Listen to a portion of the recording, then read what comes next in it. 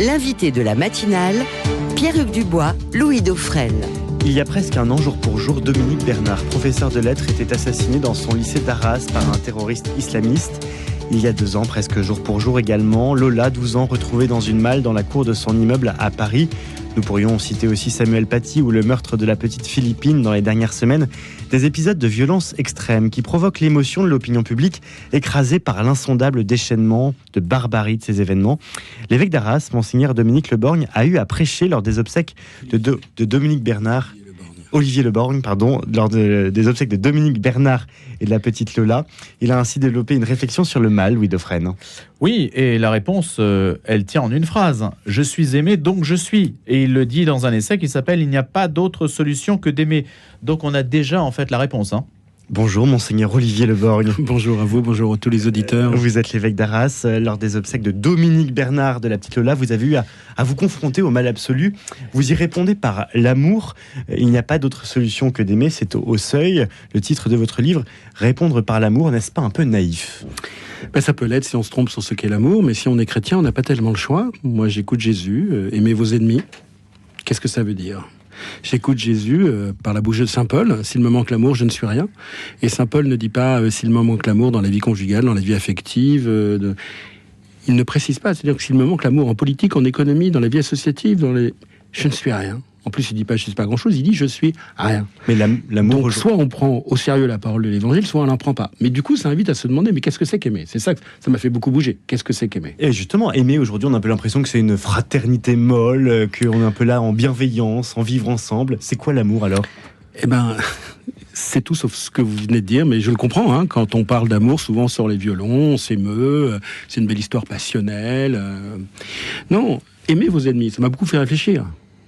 Si l'amour, c'est je me sens bien avec toi, ça ne mène pas très loin.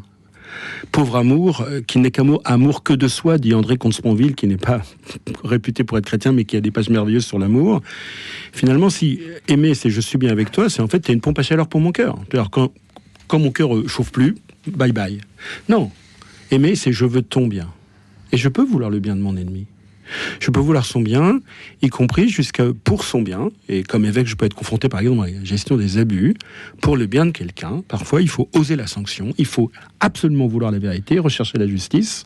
Donc l'amour, c'est pas une vertu molle. C'est l'engagement, la détermination de la liberté au service du bien commun. Du bien de tous. Il y a un verset que j'aime beaucoup dans l'évangile de Luc. Jésus nous dit, Luc 9, 51, Jésus prit résolument la route de Jérusalem. C'est un verset qui peut passer inaperçu, mais en fait, il durcit sa face comme Pierre, le mot à mot. C'est comme si toutes les énergies divines se concentraient en Jésus à ce moment-là, et il bascule, il prend la route de Jérusalem, dire l'amour la route de l'amour qui ne se dérobe pas quand tout se dérobe, là. C'est la route de la croix. L'amour, c'est l'engagement déterminé de la liberté pour le bien de l'autre et le bien de tous. Mais le bien de l'autre, qu'est-ce que ça veut dire, Monseigneur, quand il s'agit d'un terroriste ? C'est d'abord qu'il soit libéré de son mal, c'est-à-dire sans doute qu'il faut d'abord, il n'y a pas d'amour sans désir de justice, sans vérité. Je travaille avec des aumôniers de prison et ils m'ont tous dit qu'un prisonnier ne commence à se reconstruire que le jour où il reconnaît le mal qu'il a fait. Quand bien même il est prisonnier d'éterminisme, et c'est vrai que souvent son enfance, la vie sociale, l'éducation, n'empêche que tant qu'il ne dit pas « c'est moi qui ai posé cet acte », il ne se reconstruit pas. La vérité rend libre. Donc l'amour n'est pas cette vertu molle, elle a la force de la vérité. Sinon, c'est pas de l'amour d'ailleurs. Et s'il ne reconnaît pas son acte ?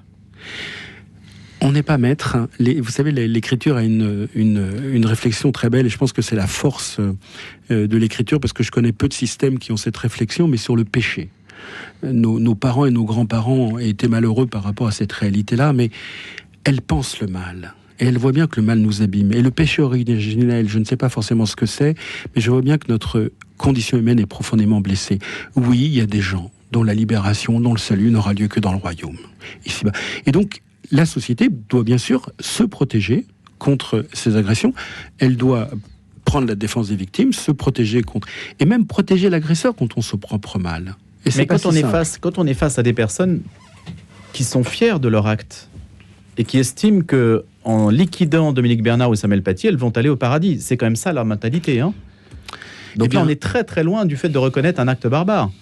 Au contraire, elles s'en glorifient.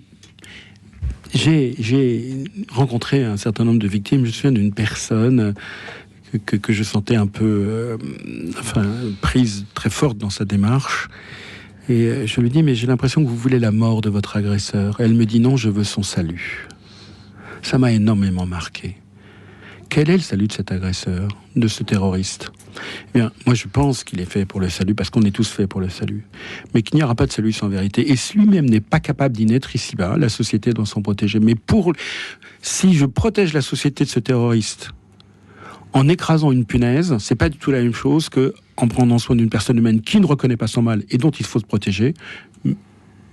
C'est pas du tout la même manière d'accompagnement, même si la sanction va être la même.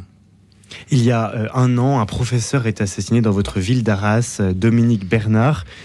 Vous devez, monseigneur Olivier Leborgne, prêcher l'homélie lors des obsèques. Comment préparez-vous cette homélie ? Comment dire les mots, poser les mots face à la veuve de Dominique Bernard, face à l'opinion publique qui attend aussi ?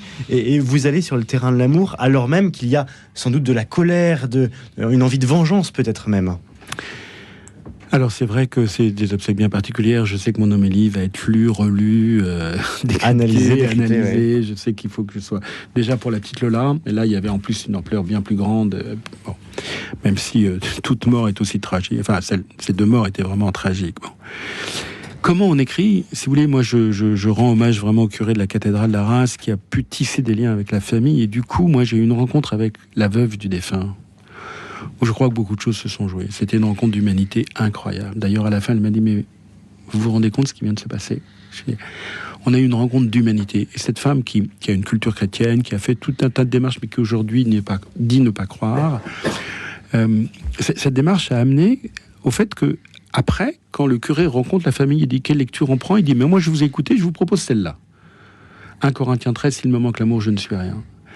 Et la veuve du défunt dit, c'est cette lecture que je veux.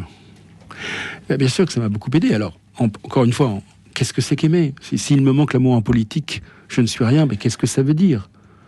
C'est pas les cuicus, les petits oiseaux.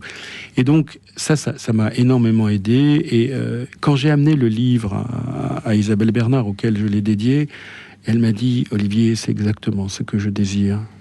Il n'y a pas d'autre solution que d'essayer d'aimer. Alors, avec force.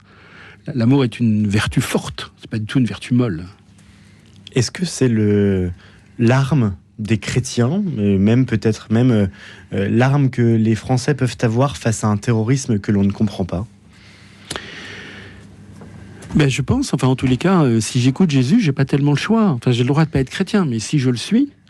Alors encore une fois, il faut du coup revisiter ce qu'est l'amour, et l'écriture est très riche de ce point de vue-là, mais je ne vois pas comment prendre un autre chemin. Je cite dans le livre aussi des propos qui m'ont beaucoup fait réfléchir, d'un ancien jeune des Yvelines qui est maintenant prêtre à Manille, et qui s'occupe d'enfants qui sont dans des décharges. Et il dit, l'amour commence par la haine.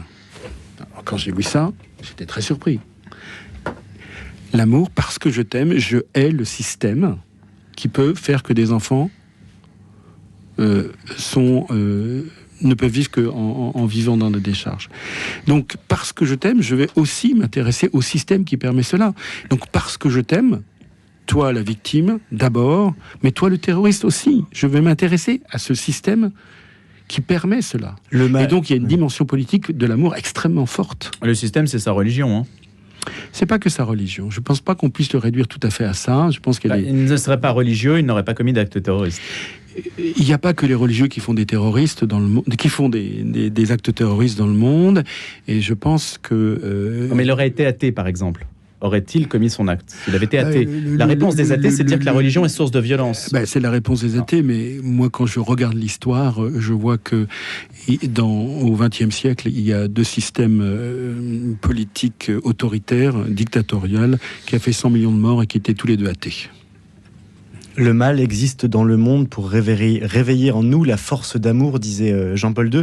C'est un petit peu ça l'explication qu'on peut donner au mal, c'est-à-dire que lorsqu'on voit le mal, il faut qu'on ait ce réflexe presque pavlovien de dire il faut aimer. Le mal, d'abord, il me touche, il m'atteint, il me déconcerte. Enfin, moi, quand vous vivez une souffrance, quand vous prenez du mal en plein visage, je sais pas si vous dites immédiatement, il faut aimer, quoi. Hein. On a le droit aussi de passer par ce moment où on est abattu. Mais c'est vrai que l'expérience du Christ, c'est que dans ce mal, je ne serai plus jamais seul, puisque lui, il a vaincu le mal en allant jusque dans la mort. Et donc, comment est-ce que le moment que je vis, je peux le vivre avec lui pour participer à sa victoire et donc essayer d'aimer? L'histoire montre, je veux dire, moi je voudrais qu'on regarde les choses. Que la réponse, répondre à la violence exclusivement par la violence, il faut de la force. Il faut de la justice, mais répondre à la violence par la violence, ça a toujours mené à la catastrophe.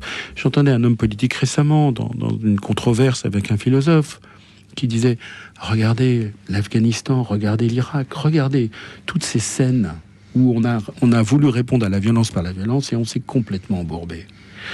Qu'est-ce qu'on veut construire comme monde ? On a le droit d'avoir peur. N'ayez pas peur de vos peurs, on a le droit. Mais est-ce que je vais me laisser submerger par elles ou est-ce que je vais me dire, mais comment avec d'autres, je peux construire un monde à hauteur d'homme ? Mais comment expliquer que l'amour dont vous prévalez, c'est bien normal en tant que religieux que vous fassiez valoir cette thèse-là, mais comment expliquer que ça ne conduit pas au désarmement, en fait ? C'est une bonne question. Je ne sais pas répondre à toutes les questions. Je pense que la puissance du péché, la puissance du mal est toujours là. C'est très impressionnant. Et donc, on aura toujours besoin d'une force pour préserver du mal. On aura toujours besoin d'un système judiciaire. Voilà. Mais l'Église catholique en joue aussi, avec des figures comme Saint-Michel, etc. Ce sont quand même des figures presque militaires. Saint-Michel, oui, mais Saint-Michel, c'est très intéressant parce que c'est vraiment lutter contre le mal. Et si vous lisez la lettre aux Éphésiens au chapitre 6, vous verrez que le combat n'est pas contre des personnes, mais avec Saint-Michel, contre les démons, les trolls, les dominations, contre cet esprit du mal. Et j'entendais Monseigneur Cador, évêque du Mont-Saint-Michel, qui parlait aux séminaristes. Et Monseigneur Cador a dit vraiment que le combat que nous avons à mener, nous ne sommes pas les nouveaux ayatollahs chrétiens ou les comment dirais-je, lui qui a failli être pris qui a été vécu pendant 3 ans, accompagné au Cameroun parce qu'il risquait d'être enlevé par Boko Haram. On n'est pas les nouveaux ayatollahs chrétiens qui devrions. Non, il s'agit soi-même de se convertir pour accueillir la victoire du Christ et s'y engager résolument, fermement. Et j'ai beaucoup d'admiration pour les hommes et les femmes qui s'engagent au service du bien commun. C'est pour ça que j'ai une grande admiration pour le politique, quand bien même ne serait-il pas parfait, comme si nous étions parfaits, nous. Il est un sujet très clivant parmi les chrétiens et en particulier parmi les catholiques, celui de l'immigration. Vous avez pris à plusieurs reprises position en faveur des migrants. Est-ce que vous comprenez que ce soit un sujet qui divise les chrétiens et les catholiques ? Oui, je le comprends. Et en même temps, il faut éviter tous les simplismes. Moi, quand je prends position, je dis simplement 2 choses. Je dis, 1, j'aimerais qu'on pose la situation au bon niveau. Lequel ? Au niveau de la justice internationale, de la justice politique et économique internationale. C'est-à-dire pas au niveau avec un prisme français. Alors, d'abord, et il faut peut-être des mesures. Moi, je n'ai rien. Enfin, je pense qu'il y a un pluralisme politique tout à fait légitime parmi les chrétiens. Et je vous raconterai une rencontre après avec un évêque africain, et qu'il y ait une certaine fermeté sur l'immigration. Je ne suis pas du tout contre. Mais tant qu'on sera que dans des mesures défensives, ça n'avancera pas. Parce que de toute façon, ces gens qui arrivent à Calais, ils ont déjà failli mourir 10 fois. Une 11e fois, ils s'en foutent. Eux, ils veulent passer. Donc, on peut construire des murs. L'histoire montre que ça ne sert pas à grand-chose. Donc, oui, prenons des mesures. L'État a des missions régaliennes, non seulement que je lui reconnais, mais que je lui demande d'assumer. La sécurité, la gestion des flux migratoires. Mais tant qu'on pose la question qu'au niveau de mesures défensives, on n'est pas responsable. Moi, je dis, je n'ai pas demandé à naître en France. Je ne sais pas si vous avez demandé avant de naître. Non. Mais que faut-il en conclure ? Non. Eh bien, celui qui est né au Soudan, il a demandé à naître au Soudan ? Ma chance. Donc le Soudanais peut venir ici ? Non, pas du tout. Mais ma chance me donne une responsabilité sur sur la scène internationale. C'est pas du tout qu'il peut venir ici. Ça me donne une responsabilité. Tant qu'on se repliera sur nous-mêmes en essayant de vivre dans une bulle, ça ne marchera pas. Et moi, je sais comment s'est construite la France. Moi, j'ai un père qui a aimé l'Algérie et qui voulait le droit de vote pour les Algériens. Parce qu'il a profondément aimé l'Algérie. Il a estimé que De Gaulle l'a trompé quand il a dit « tous Français d'un caractère d'un madrasset » et qu'il n'est pas allé au bout de ce qu'il avait dit. Mais en même temps, comment s'est construite la France ? D'où vient ma richesse dans l'histoire de la France? Elle a su tirer les marrons du feu. J'en bénéficie, je culpabilise pas, mais du coup, ça me donne une responsabilité. Donc, il faut poser la question au niveau de la justice internationale. Et puis, la deuxième chose que je dis, c'est que moi, quand j'ai un migrant en face de moi, regardez-le dans les yeux. Il a été créé comme vous, à l'image de Dieu, et pour sa ressemblance. Comme vous, il est sauvé par le Christ. Je peux le passer en pertes et profits. Tous les réalismes dont on dit, mon Seigneur, il faut être réaliste. Qu'est-ce qu'on me dit? On me dit, laissez-les crever. Je ne supporte pas ce réalisme. Le seul réalisme qui compte, c'est celui de la résurrection. La seule chose dont moi, évêque, croyant, Olivier Leborgne, je sois sûr, c'est que le Christ est ressuscité et qu'il a vaincu la mort. Et donc, il vient éclairer notre intelligence avec les hommes et les femmes de volonté. Il vient nourrir ma capacité de réflexion, de discernement et d'action. Je n'ai pas de solution, mais cherchons ensemble. Je rencontrais un évêque africain cet été, j'étais au Cameroun, et cet évêque m'a dit, lui, il est pour qu'on soit beaucoup plus ferme au niveau migratoire, c'est très intéressant. Il dit, soyez plus ferme, mais jouez la politique internationale, aidez-nous. Votre richesse, elle ne s'est pas faite, voilà.